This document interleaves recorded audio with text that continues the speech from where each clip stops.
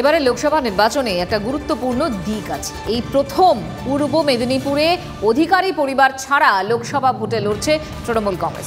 বিগত লোকসভা নির্বাচনে পূর্ব মেদিনীপুরে 2 কেন্দ্রে প্রার্থী ঠিক করা নিয়ে তৃণমূলকে ভাবতে হয়নি। এবার বিরোধী শিবিরে কাঁথির অধিকারী পরিবার, সেই সঙ্গে বিজেপিতে হেভিওয়েট প্রার্থী। তাই কাঁথি এবং তমলুক এই 2 কেন্দ্রে প্রার্থী বাছাই নিয়ে চিন্তিত শাসক শিবির।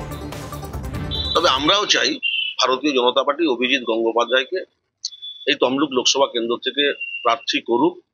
এই মেদিনীপুর জেলার মানুষ, তমলুক লোকসভার মানুষ তাকে উপযুক্ত জবাব দেবেন। তার কারণ তিনি বিচারপতির আসনে বসে রাজনৈতিক উদ্দেশ্য প্রণোদিত ভাবে যেভাবে বাংলার হাজার হাজার শিক্ষিত যুবকের ভবিষ্যৎ নিয়ে টানাটানি করছিলেন, পরবর্তীকালে তার সেই রায়ের বিপক্ষে সুপ্রিম কোর্ট বিচারপতি গঙ্গোপাধ্যায়ের সিদ্ধান্তকে ভর্ৎসনা করেছেন।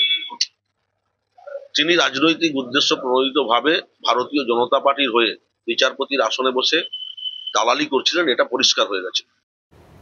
কনিষ্ক আমাদের প্রতিনিধি আমাদের সঙ্গে সরাসরি রয়েছে। কনিষ্ক, পূর্ব মেদিনীপুর অধিকারীগড় নন্দীগ্রাম শুভেন্দু অধিকারীর মমতা বন্দ্যোপাধ্যায়কে হারিয়ে দেওয়া, রাজ্যের বিরোধী দলনেতা হয়ে যাওয়া, সব মিলিয়ে এই প্রথম যখন তৃণমূল কংগ্রেস অধিকারী পরিবার ছাড়া ভোট লড়ছে, সত্যি কতটা চাপের শাসক দলের কাছে?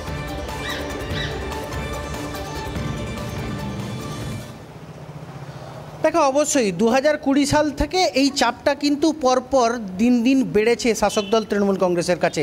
কারণ এই 21-এর নির্বাচনের যে পরিস্থিতি হয়েছিল পূর্ব মেদিনীপুর সহ রাজ্য রাজনীতি সবাই কিন্তু দেখেছে। তার পরবর্তীতে 23-এ পঞ্চায়েত নির্বাচন কেটেছে এবং এই 24-এ লোকসভা নির্বাচন।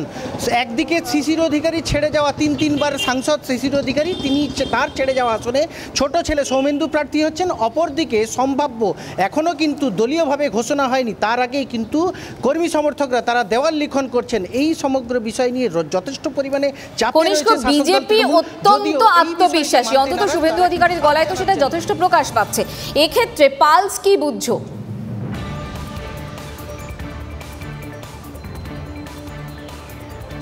দেখো, 2টো লোকসভা আসনের নিরিখ যদি দেখা যায় সেক্ষেত্রে দেখা যাচ্ছে যথেষ্ট পরিমাণে এগিয়ে রয়েছে বিজেপি।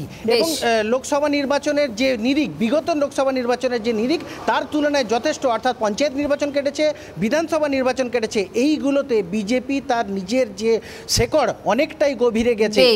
বুঝতে পারছি। বিজেপির একটু বক্তব্য শুনিয়ে আমরা আপাতত ধন্যবাদ তোমাকে। কাঁথি আমাদের বিজেপির প্রার্থী সৌমেন্দু অধিকারী হয়েছেন, খুবই আনন্দের বিষয়। এবং তমলুকে যিনি নাম ঘোরাফেরি করছে, চারদিকে ছড়াছড়ি করছে, সেটা এখনও আমরা দলীয়ভাবে বা অফিসিয়ালি আমরা কিছু নির্দেশ পাইনি এখানে কে প্রার্থী হচ্ছেন।